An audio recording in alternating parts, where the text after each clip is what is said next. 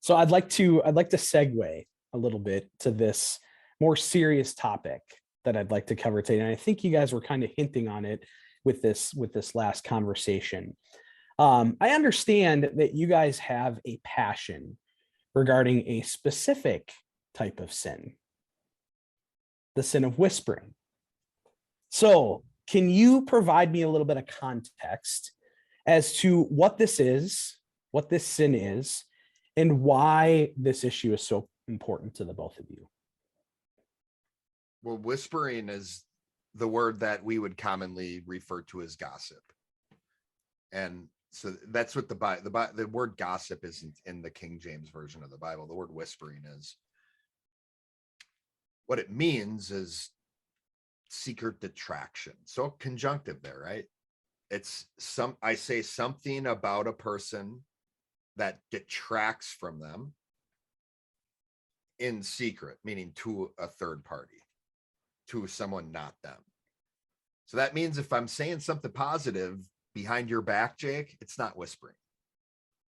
Maybe I should tell you and affirm you to your face, but it's not whispering. It's not gossip. If I say something detracting from you to your face, it's also not gossip. In fact, that could be a confrontation. It could be good for me to do that, depending on how I detract from you. But anyway, so it's secret detraction. Now, the damage this causes, one, it's counterfeit community. So that's what we see the enemy do. The enemy takes what God has and counterfeits it. And what this does is it causes people to feel connected, like as a community. And unfortunately, it's counterfeit because what they're connecting over is something that's actually dividing community. At the appearance, it looks like we're connecting. It looks like we're communing over this topic. But because it's secret detraction, because it's whispering, it's actually causing discord. So that's really why, that's really what it is. And this damage, and really why I think Jonathan and I are so passionate about it, is because it's just a massive infestation in our area. And we've talked about this in other interviews before too. It's like, this counterfeit community, this secret detraction is enabling destruction. It's enabling people being torn down in their thought process, and it's deceiving people and putting stumbling blocks in the way of people from having access to God's truth. Because people are being sucked into these counterfeit communities. Yep. And because of this mindset of like, well, this is what everybody's talking about, then it must be right, because more people are talking about this thing. It must be true then, right? And yeah, it's just massive deception and very, very destructive. Right. So and that was awesome, Pastor Joel. That's like so many things I completely agree with. One of the only way I think that you can defeat, like Pastor Joel was saying, the truth is to whisper about it and basically discredit the truth. So you have, in our show, we talk about the loose side, we talk about the freedom side, the loose side, we talk about the strict, the limitation side. These two groups of people bond together, like what Pastor Joel is saying, against the truth. Yeah. And that's so this is what Pastor Joel is saying with the counterfeit community. We are all connected together coming against the truth. Yeah. And so the way that we believe it's happening with our church is just the same thing that happened with Christ. Jesus is the way, the truth, and the life. And so the Pharisees and the Sadducees and the Romans and everyone's all getting together to crucify Jesus. Like polar opposites of people are coming together to persecute the truth, which is all the prophets as well. And so that's really the only thing that can happen. And in our day, it's not ethical to murder someone. So instead of them murdering, us, they try to murder our reputation. Wow. Wow. And that and it's just, what it does is it prevents, like, my issue and my heart breaks for all the people that aren't getting truth because of the persecution that's happening, and they're not going to get it, or they're going to get it a lot longer because of us being whispered against in our communities. So that's a lot of why we're passionate about it, is because we're so small. Like, Music of Life Church is so small. Like, I go, who are we? Yeah. That people are coming against us. It's like, you have your own buildings, you have your own ministries, you have your own communities, you have your own kingdom. Why come against us? We're dogs. We're the smallest termite of a church. Yet people are saying, stay away from these people. Wow. Right. Or, yeah, I wouldn't talk to Pastor Joel if I were you. I wouldn't talk to Pastor Jonathan. Or even when someone goes, yeah, there's some things I like about that church, but there's some things I disagree with. Like, why even say that? Right. Where it's Or like all, be careful around just be, just be careful. And it's like, ooh, Yeah. all of these slippery, sneaky things. And what would be great is to put someone up on a stand in a court of law and ask them what they mean by that. What do you mean be careful? Right. Why, with your hand on the Bible, did you say be careful to that person? Realize you're under oath. Because we've asked people these questions before. We've asked people, why did you say what you said? What is your belief about this? What is your definition of the omnis? And their response is to say, we don't have to answer your questions. We're not going to answer those questions. Wow. Okie doke. Wow.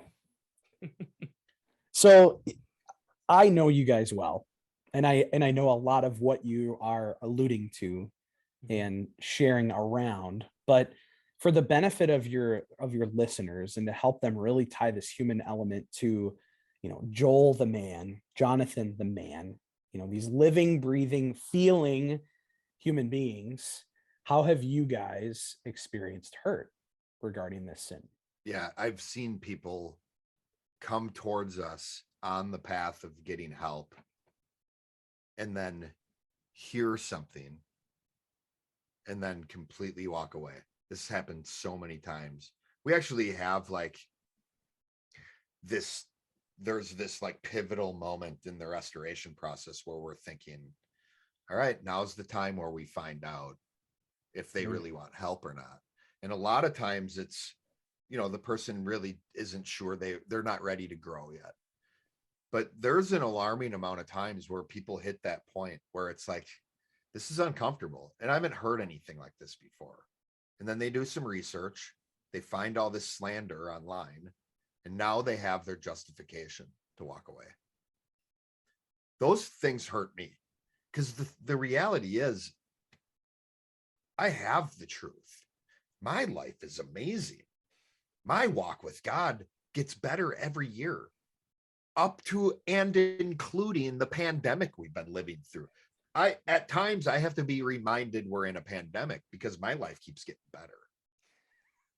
My hurt is seeing how all this slander and defamation coming against us is hurting other people. And it's really getting in the way of my ability to minister to these people because of the reputation I've been branded with. But as far as the pain I experience, it's usually the pain I feel at all these people who are lost, who could be getting saved, who could be getting discipled, aren't, because all it takes is a Google search, and now they have their exact reason why. Stay away from them. Yeah. Before I was married to my wife, she lived in New York City, and she was connected to, before Music of Life Church was a public church, it was a home church. And when her pastor found out that she was getting help from this home church and who she was talking to and what she was learning, she was kicked out of that church. Literally, and then all of her friend group at that church rejected her as well. Don't come around. We're not going to see you anymore. We're not going to hang out with you anymore. And she was essentially excommunicated. Wow. So that hits home pretty hard for me. Yeah. You know, there's families in the church that I know where their son was depressed through high school, suicidal. I had 3 meetings with him and shared with him what helped me, you know, the truth that I believe.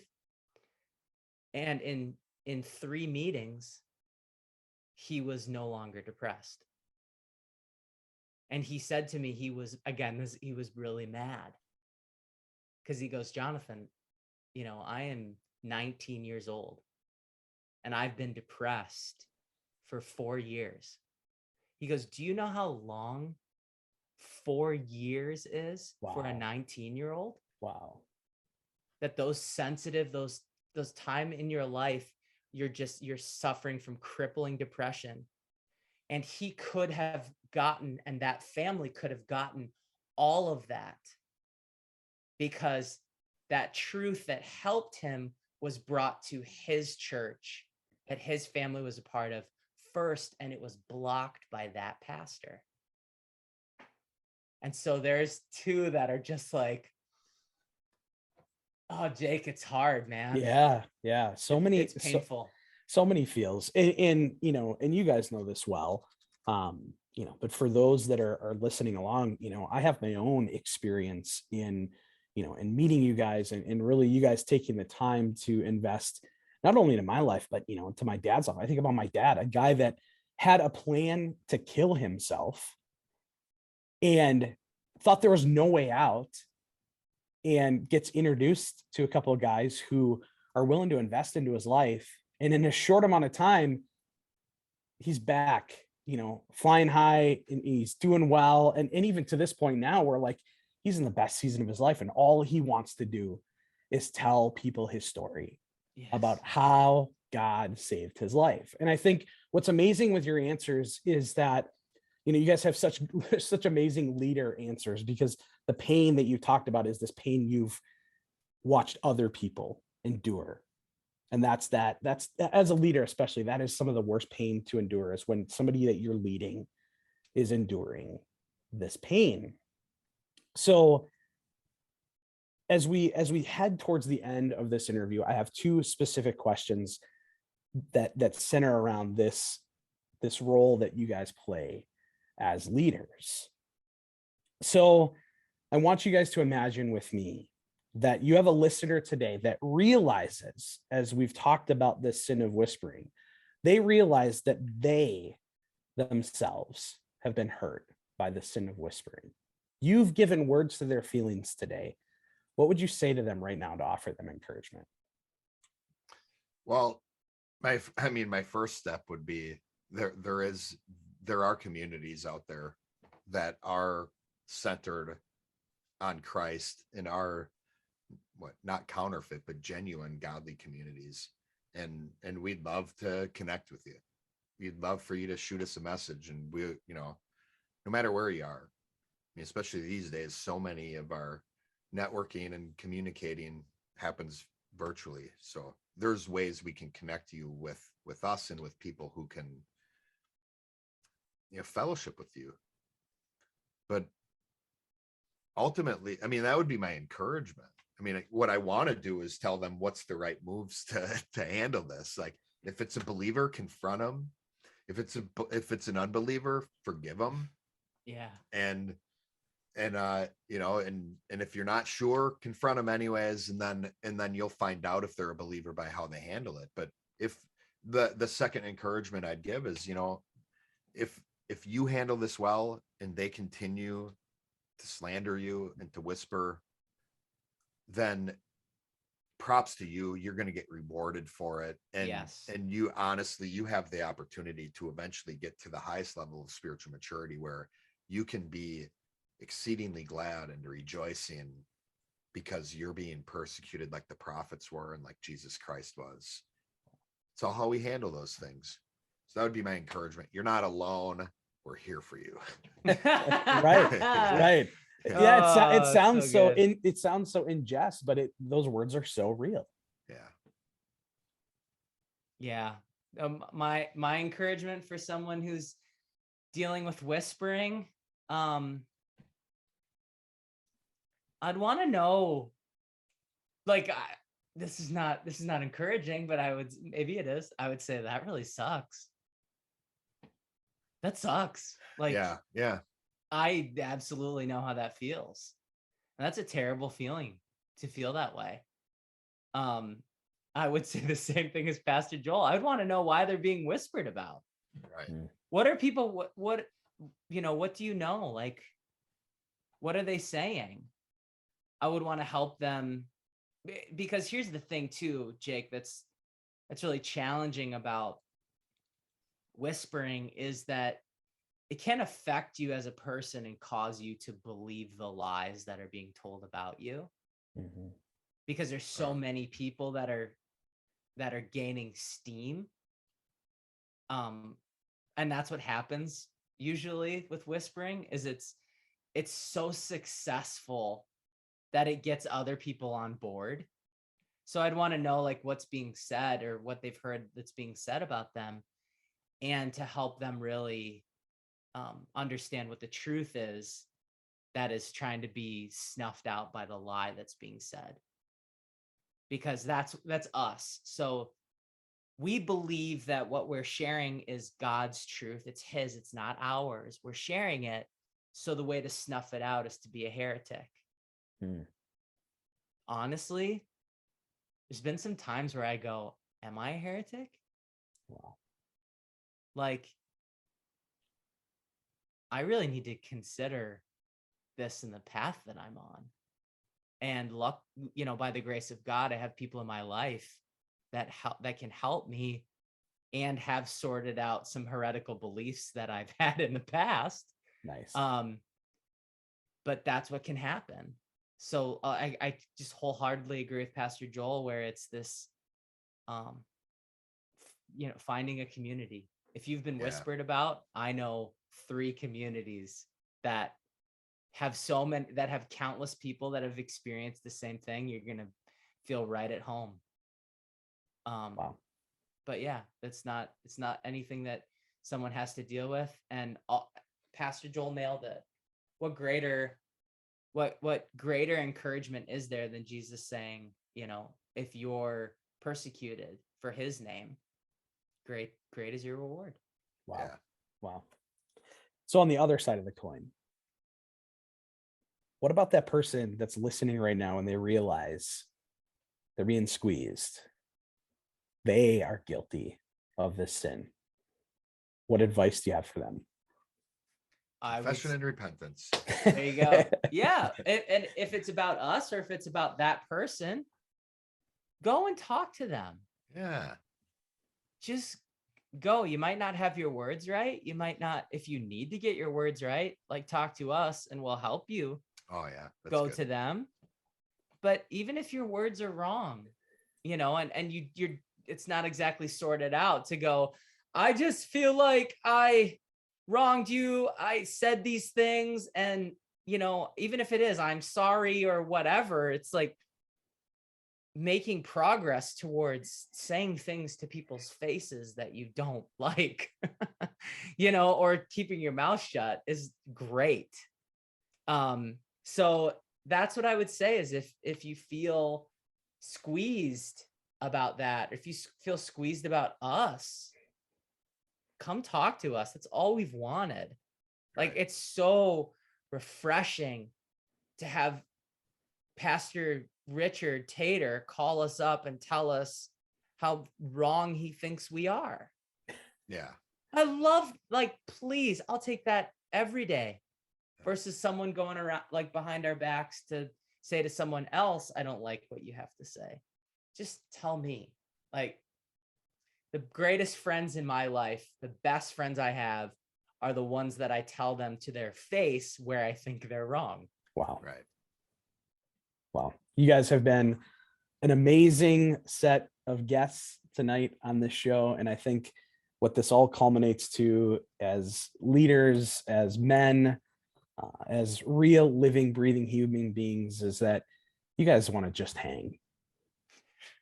Yeah. Yeah. I appreciate your time. Thank you so much. Enjoy the rest of your evening, guys. Thank you, Pastor Jake. This was great. Thanks, man. This has been Just Hang. Have a great night, everybody.